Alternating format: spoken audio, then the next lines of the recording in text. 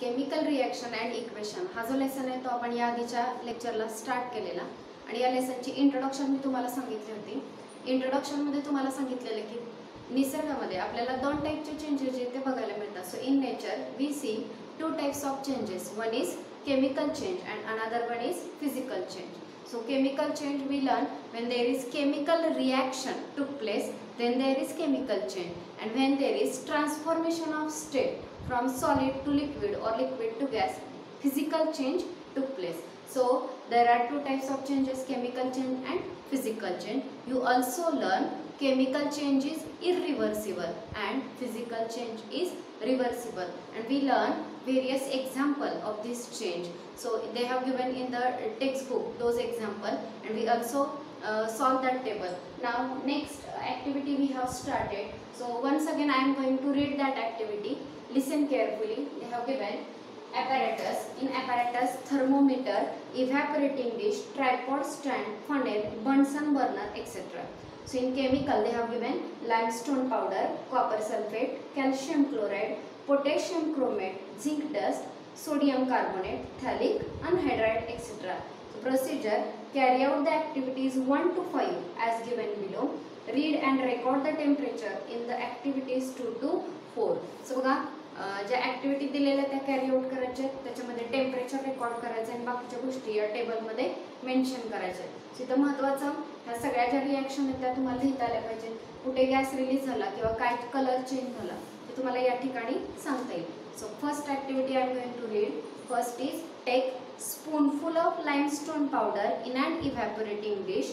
Heat it strongly on high blue flame. See, limestone powder, they have used word limestone powder. When they use limestone powder we get confused, but limestone powder also called as calcium carbonate. Now if I tell you to write the formula of calcium carbonate, you can easily write, but limestone powder most of the students don't know what is meant by limestone powder. So remember, calcium carbonate means limestone powder. So take this calcium carbonate in the evaporating dish or limestone powder and heat it. This triangle indicate heating procedure.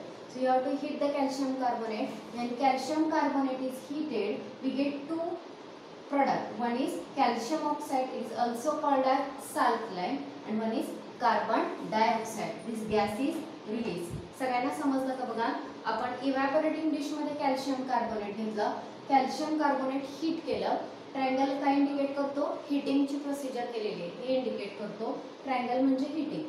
जेव्हा आपण याला heat करतो तेव्हा आपल्याला दोन product मिळतात. One is calcium oxide and another is carbon dioxide. That gas is release upward arrow. इथे दाखवलेलं आहे. पुढे तुम्हाला रूल सांगितले जातील तिथं कळेलच, पण जिथं अपवर्ड ॲरो असतो त्याचा अर्थ होतो की गॅस रिलीज झालेला आहे. नेक्स्ट सेकंड ॲक्टिव्हिटी चेक करा.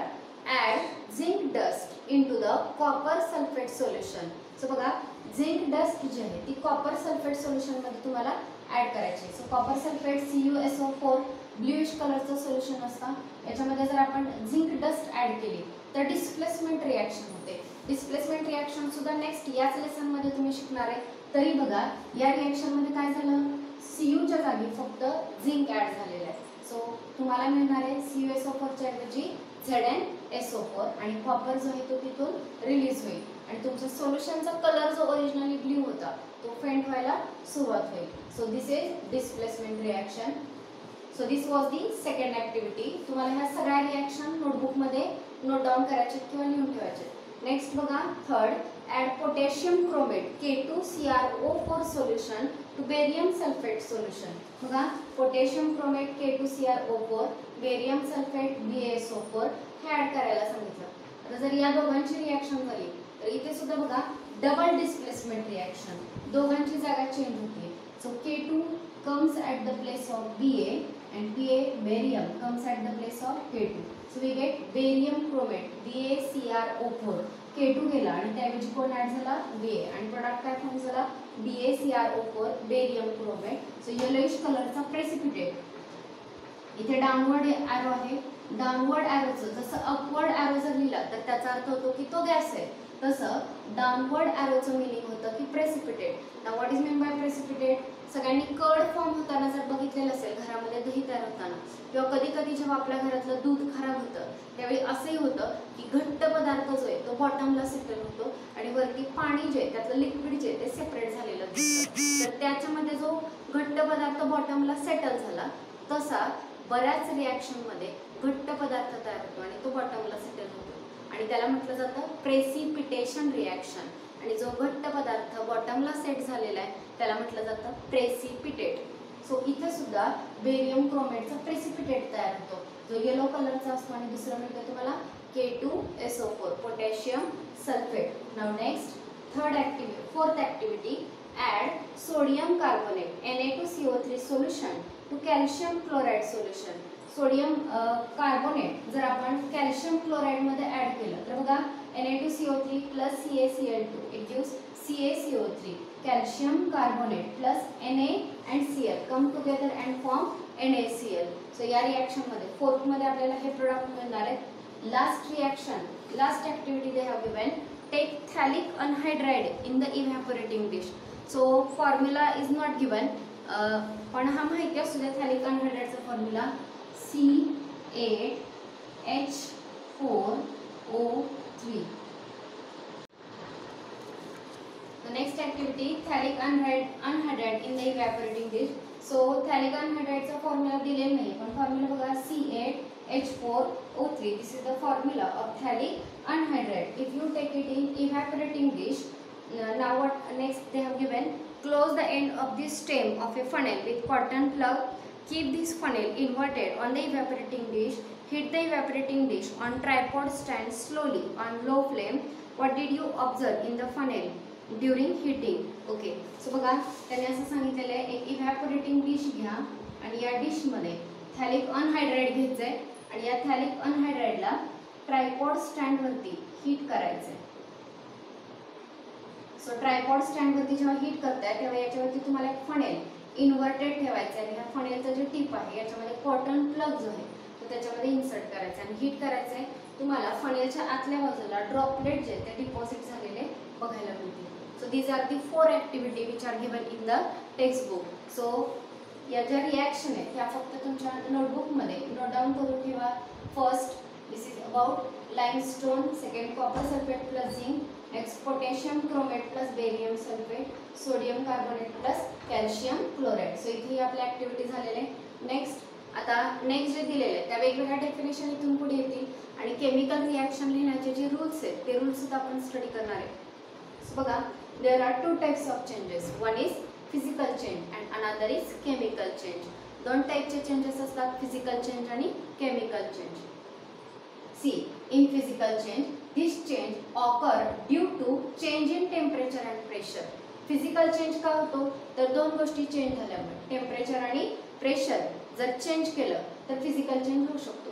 फॉर एक्झाम्पल आधी सांगितलेलं तुम्हाला जर तुम्ही वॉटर घेतलं आणि वॉटर जर कूल केलं तर त्याचं कन्वर्जन आईसमध्ये होतं आणि जर आईसचं टेम्परेचर वाढवलं तर ते पुन्हा वॉटरमध्ये कन्वर्ट होतं.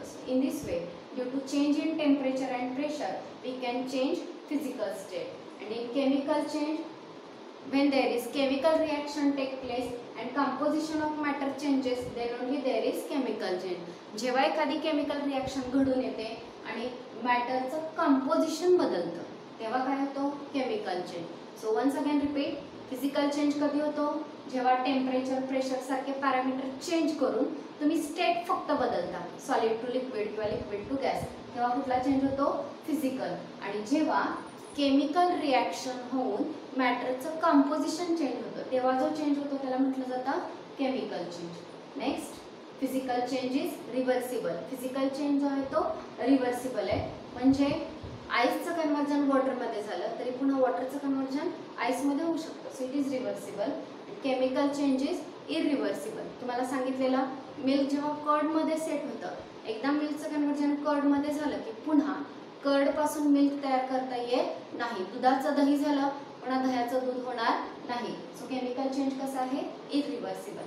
नाव next in physical change composition remains same.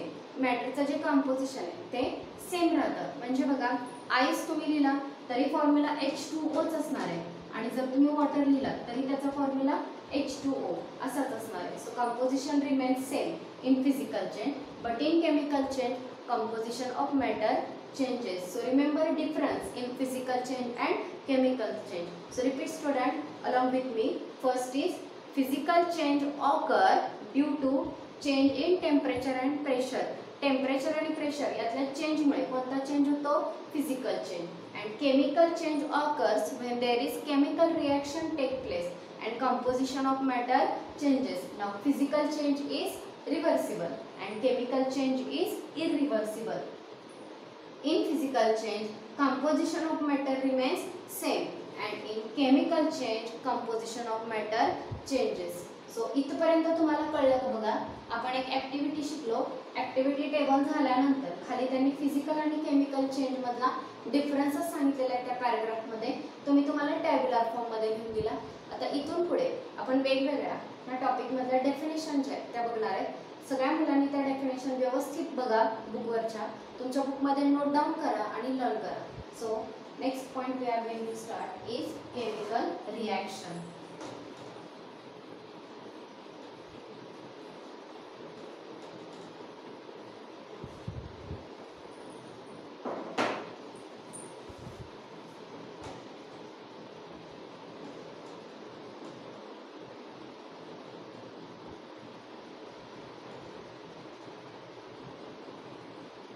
So next is chemical reaction. Chemical reaction is a process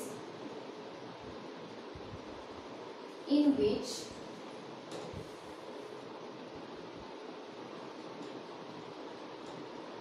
substances undergo bond breaking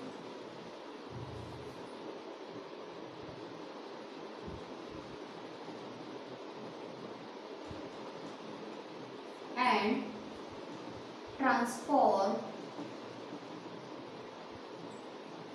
into new substances by formation of new bond.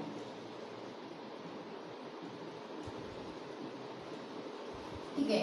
Chemical रिएक्शनचे definition दिलेली आहे. So first of all chemical reaction it is a process. Chemical reaction जी आहे ती एक process आहे. व या process मध्ये काय होतं बघा, chemical reaction it is a process and in this process substances undergo bond breaking.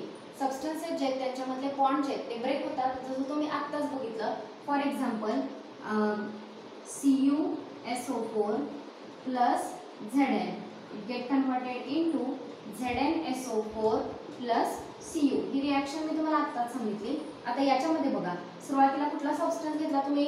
Copper sulphate. या कॉपर सल्फेट मध्ये बॉन्ड काय झाले? ब्रेक झाले. म्हणजे Cu आणि SO4 याच्यामध्ये जो काही बॉन्ड आहे तो या ठिकाणी ब्रेक झाला. आधीचे बॉन्ड ब्रेक झाले आणि नवीन बॉन्ड जे ते तयार झाले. कुठले नवीन बॉन्ड तयार झाले? तर Cu च्या जागी कोण आला? Zn. ओके. आणि Zn इथं Zn आला आणि झिंक आणि सल्फेट याच्यामध्ये नवीन बॉन्ड तयार झाले आणि नवीन सबस्टन्स तयार झाला ZnSO4. सो तुम्ही घेताना कुठला सबस्टन्स घेतला? CuSO4. CuSO4 मध्ये ओरिजिनल बॉन्ड काय झाले? ब्रेक झाले आणि नवीन बॉन्ड तयार झाले. कोणामध्ये आणि कोणामध्ये? झिंक मध्ये आणि SO4 मध्ये बॉन्ड तयार झाले आणि नवीन सबस्टन्स तयार झाला ZnSO4. हा नवीन आहे. तुम्ही सुरुवातीला ZnSO4 घेतला होता का? नव्हता घेतला. सो ZnSO4 हा नवीन सबस्टन्स तयार झाला आणि या प्रोसेसला आपण काय म्हणणार आहे? Chemical reaction. So chemical reaction is a process in which substances undergo bond breaking and transform into new substances. It is transformed into new substances by formation of new bond and it is called as chemical reaction. So सगळ्यांना chemical रिएक्शनचे definition समजले का बघा?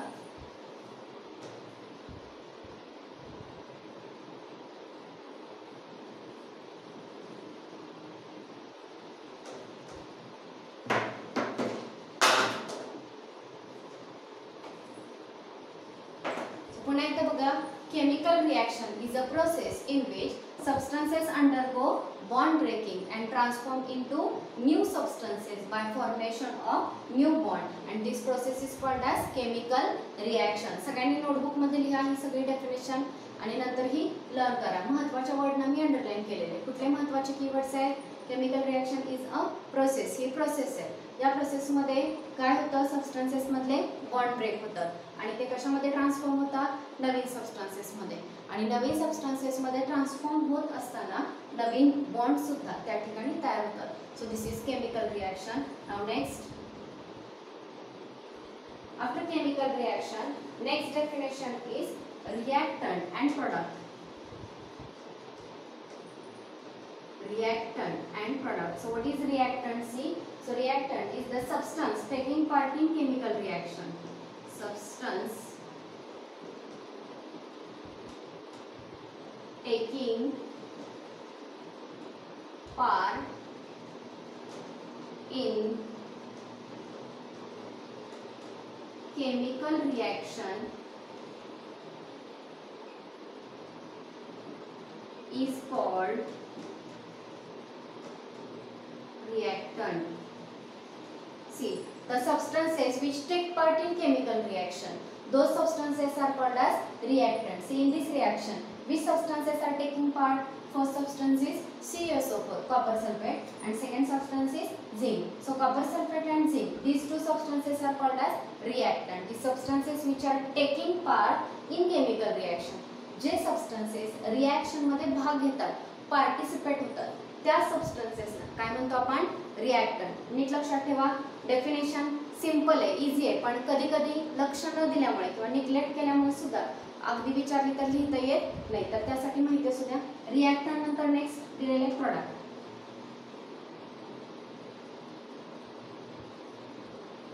So प्रोडक्टची definition काय दिलेली बघा. In product new substances are form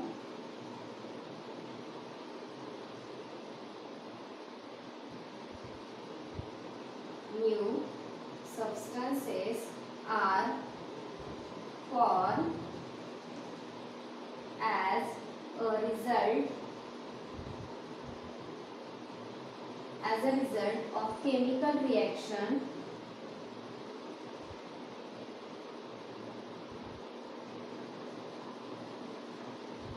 by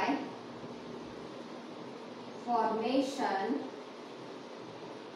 of new bond are called product. Okay, so next is product. Product are the new substances formed. Okay, so he reaction बघा. या reaction मध्ये नवीन कोणता substance तयार झालेला आहे? झिंक सल्फेट, जो आपण घेतलाच नव्हता. सो झिंक सल्फेट फॉर्म झाला. इवन तुम्ही प्युअर कॉपर पण घेतला नव्हता, जो या रिएक्शन मध्ये फॉर्म झाला. सो नवीन सबस्टन्सेस फॉर्म होतात. का फॉर्म होतात? As a result of chemical reaction. Reaction झाली म्हणून नवीन सबस्टन्सेस तयार झाले आणि हे तयार होताना नवीन बॉन्ड सुद्धा तयार झाले. सो यावेळी नव्याने तयार झालेले जे सबस्टन्सेस आहेत याला म्हटलं जातं product. So once again I repeat, product are the new substances are formed as a result of chemical reaction by formation of new bond are called as product. So three definition I have written on the board. So first remember this definition. First one is chemical reaction. Chemical reaction is a process in which substances undergo bond breaking and transform into new substances by formation of new bond. That process is called as chemical reaction. Next we learn reactant. Reactant are the substances taking part in chemical reaction are called as reactant. And products are the new substances are formed as a result of chemical reaction by formation of new bond are called as product. So this we learn chemical reaction, reactant, product. Now chemical reaction is represented in various. For example, I have written one chemical reaction symbolically. I symbol use करून मी chemical reaction इथं board वरती लिहिलेली आहे. So chemical reaction लिहिण्याचे वेगवेगळे veg आहेत. So त्या veg मध्ये definition दिलेली आणि एक्झाम्पल दिलेले आहे. So next point, how we write or how we represent chemical reaction. C,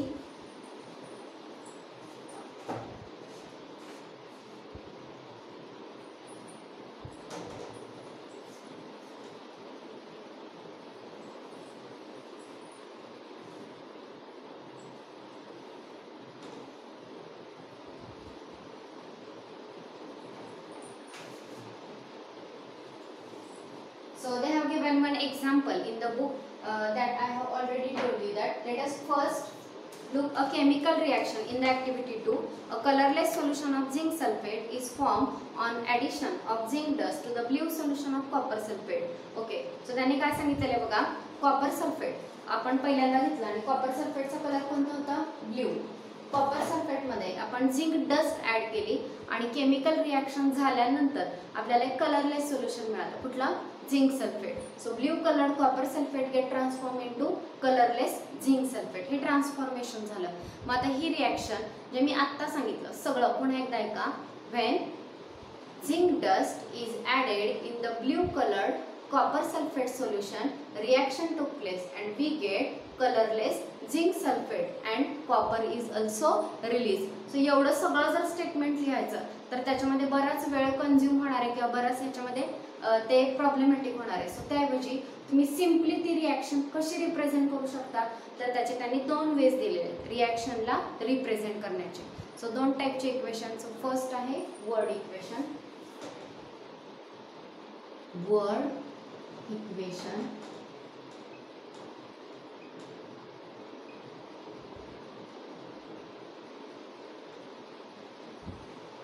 so what is word equation? See, the simple way of representing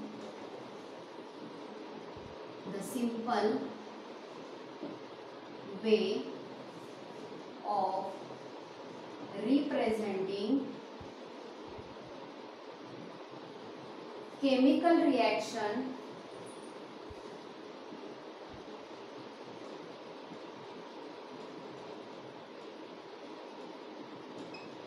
in words is called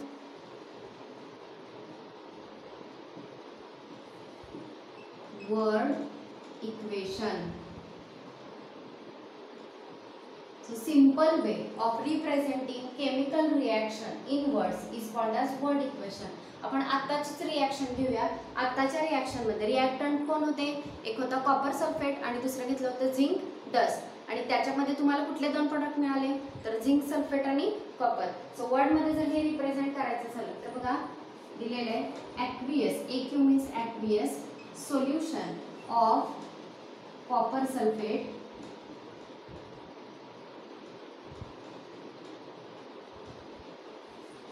plus zinc dust,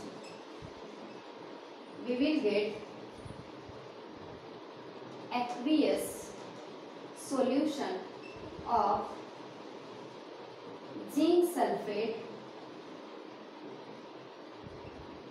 plus copper will also form. So see, we have taken aqueous solution of copper sulfate. In the aqueous solution of copper sulfate, zinc dust is added. After reaction, we get aqueous solution of zinc sulfate plus copper is also released. So we have represented that reaction by using word. जर तुम्ही words use करून एखादी reaction represent केली तर त्या इक्वेशनला म्हटलं जातं word equation. So मी आता बोर्ड वरती जी रिएक्शन रिप्रेझेंट केलेली आहे ते वर्ड्स यूज करून केलेले आहे आणि या रिप्रेझेंटेशनला आपण म्हणणार आहे वर्ड इक्वेशन. मुलांना पुन्हा एकदा डेफिनेशन आणि हे एक्झाम्पल लक्षात ठेवा. So in word equation, it is simple way of representing chemical reaction in words is called as word equation. And they have given example is aqueous solution of copper sulfate plus zinc dust is added to it. We get aqueous solution of zinc sulfate plus copper is also formed. So this is about the word equation. So हे word equation आहे. सगळ्यांनी हे book मध्ये note down करा. त्यानंतर next जे आपण शिकणार आहोत ते आहे chemical equation. So next is chemical equation. C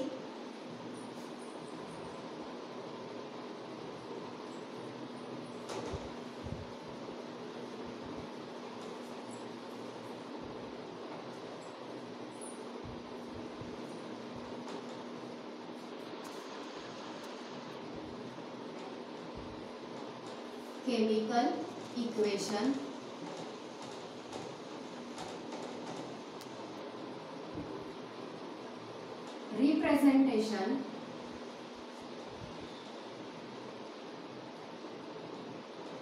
representation of chemical reaction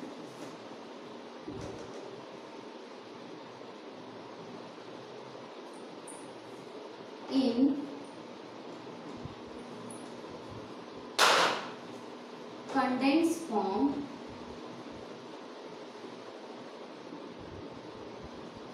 representation of chemical reaction in condensed form by using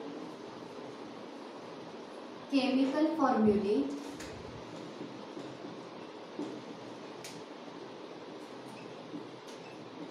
is called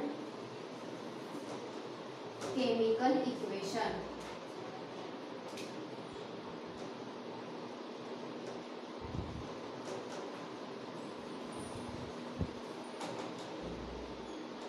See, representation of chemical reaction in condensed form by using chemical formulae is called as chemical equation. So he second definition आपण word equation बघितलं. Word equation मध्ये तुम्हाला सांगितलं की आपण chemical reaction represent केली आणि represent करताना कशाचा यूज केला? वर्ड्सचा. वर्डचा यूज करून सिंपल फॉर्म मध्ये रिप्रेझेंट केली, त्याला आपण वर्ड इक्वेशन असं म्हटलं. आता तिथं काय चेंज केलेलं आहे बघा, representation of chemical reaction in condensed form.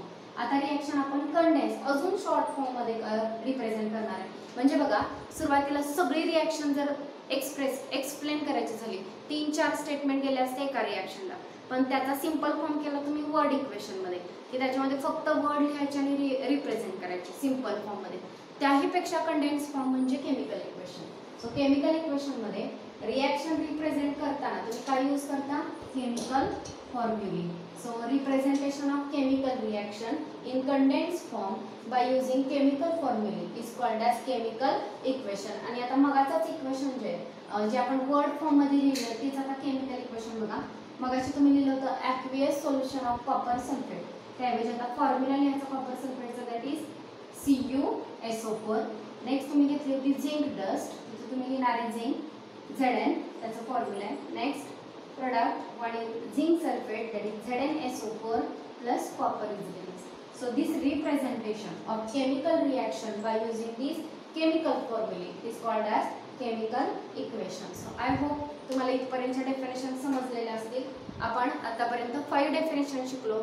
First chemical reaction, second reactant, third is product, fourth is word equation and last is chemical equation. So first we learn chemical reaction. So what is chemical reaction? Chemical reaction is a process in which substances undergo bond breaking and transform into new substances by formation of new bond. It is called as chemical reaction. Next we learn reactant. Reactant are the substances taking part in the chemical reaction. Next is product. Product are new substances formed as a result of chemical reaction by formation of new bond. It is called as product. And finally we learn representation of chemical reaction. So in first we learn word equation and last we learn chemical equation. So word equation is representing chemical reaction. आपण chemical reaction represent करते. कशी? Representation of chemical reaction in simple form by using word. Simple form मध्ये represent केली आणि represent करताना आपण कशाचा use केला? वर्ड्सचा यूज केला आणि त्याला नेम दिला आपण वर्ड इक्वेशन. सेकंड सांगितलं chemical equation. Chemical equation is representation of chemical reaction in condensed form by using chemical formulae is called as chemical equation. So इथपर्यंत आपलं कंप्लीट झालेलं आहे. केमिकल इक्वेशन नंतर नेक्स्ट जो पॉइंट आहे तो आहे रायटिंग ऑफ केमिकल इक्वेशन. तर केमिकल इक्वेशन लिहिताना काही रूल्स फॉलो करायचे असतात. सो ते आपण नेक्स्ट याच्यामध्ये लर्न करणार आहोत. So next is writing of chemical equation.